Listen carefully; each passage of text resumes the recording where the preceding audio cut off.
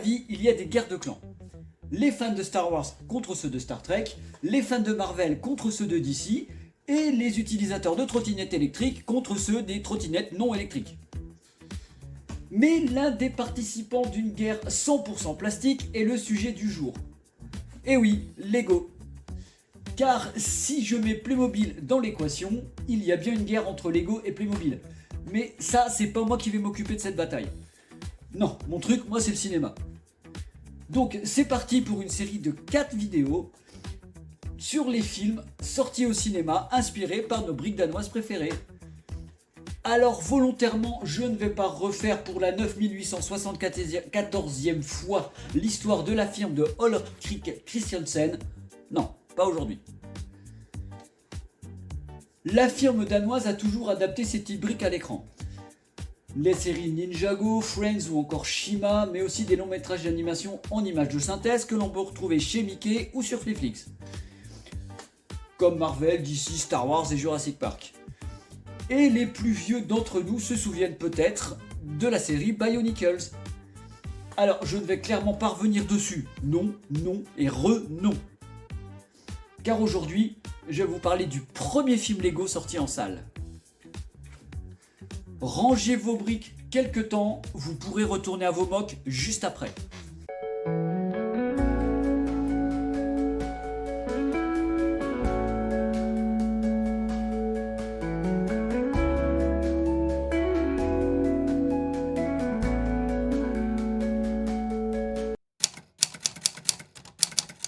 Emmett est un monsieur tout le monde. Tellement tout le monde que ses collègues de taf ne savent même pas comment il s'appelle. Mais après une journée de taf comme les autres où il aura été tout autant invisible que la veille, il va s'infliger un vice de procédure et ne pas suivre les instructions de sa fin de journée. Il va suivre une jolie fille en brique dans un monde totalement dingue. Il va devenir par erreur le spécial, celui qui est l'élu en quelque sorte. Celui qui est là pour sauver l'univers dans lequel il vient d'atterrir. Cet univers est dirigé par Lord Business et notre Emmett va faire équipe avec la jolie fille, qui s'appelle Cooltag, mais aussi Benny, l'astronaute des années 80, Batman, un méca pirate, et Vitruvius, le Gandalf local. Pour le reste de l'histoire, je vous laisse regarder le film. Il n'y a pas un mais deux réalisateurs sur ce film, Phil Lord et Chris Miller.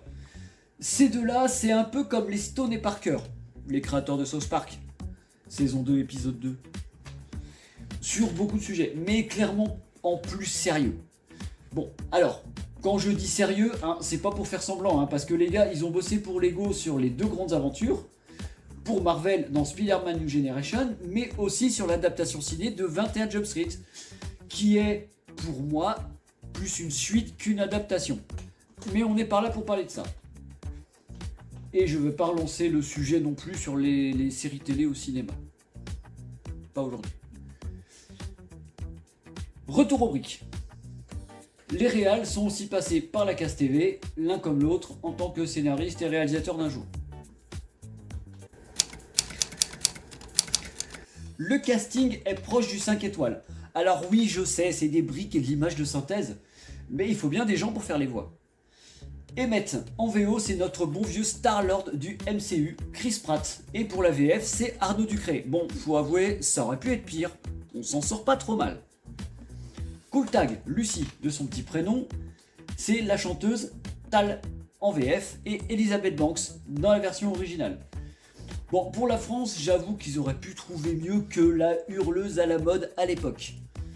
Bon, j'ai rien contre Tal, j'aime pas, c'est tout. Pour Batman, par contre, c'est là que ça va commencer à coincer. Nous avons dans le coin anglophone Will Arnett, le présentateur de Lego Masters USA. Après son passage dans le film, Lego Masters, bien sûr, précisé. Et dans nos contrées francophones hors Canada, Philippe Valmont. Écoutez bien sa voix, vous l'avez déjà certainement entendu quelque part. Mais on est quand même passé à 2 doigts de la catastrophe. Si vous regardez Lego Masters USA, donc Will Arnett, et que vous regardez Lego Masters France, c'est Eric Antoine. Imaginez, c'était Eric Antoine qui avait doublé Batman. Oh bordel, je préfère pas l'imaginer. J'ai rien contre lui, hein, mais je préfère pas l'imaginer. Encore une chance, c'était pour lui.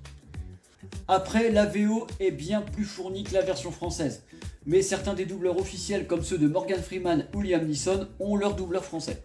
Pour les autres, Alison Brie, Charlie Day, Cobie Smulders, Jonah Hill et Channing Tatum, qui ont bossé avec les réalisateurs sur 21 Jump Street, ou encore Billy Dee Williams et Anthony Daniels. Cela, je vous laisse deviner qui il double dans le film. Mais aussi un certain Shaquille O'Neal qui fait une brève apparition en brique dans le film. Pour les vrais acteurs, Will Ferrell est là en bon vieil affole. Car oui, il double aussi leur business. Oui, parce qu'il y a des prises de vue réelles dans le film Lego, avec des vrais acteurs.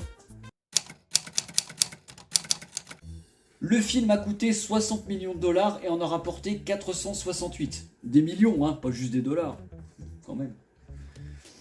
Pour la France, un petit peu plus d'1,5 million d'entrées, ce qui est plus que correct pour un film d'animation. Et oui, pour une fois que c'est pas Disney et DreamWorks qui raflent la mise, eh bien il faut le souligner.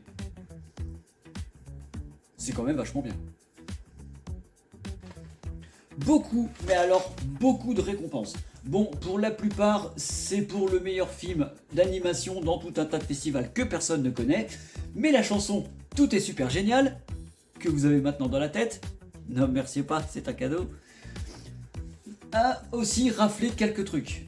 Bon, du coup, pour la case Oscar, c'est la chanson qui était dans les choix, mais ça s'est mal goupillé, et une autre chanson a chopé la statuette tant convoitée. Ah, pas grave.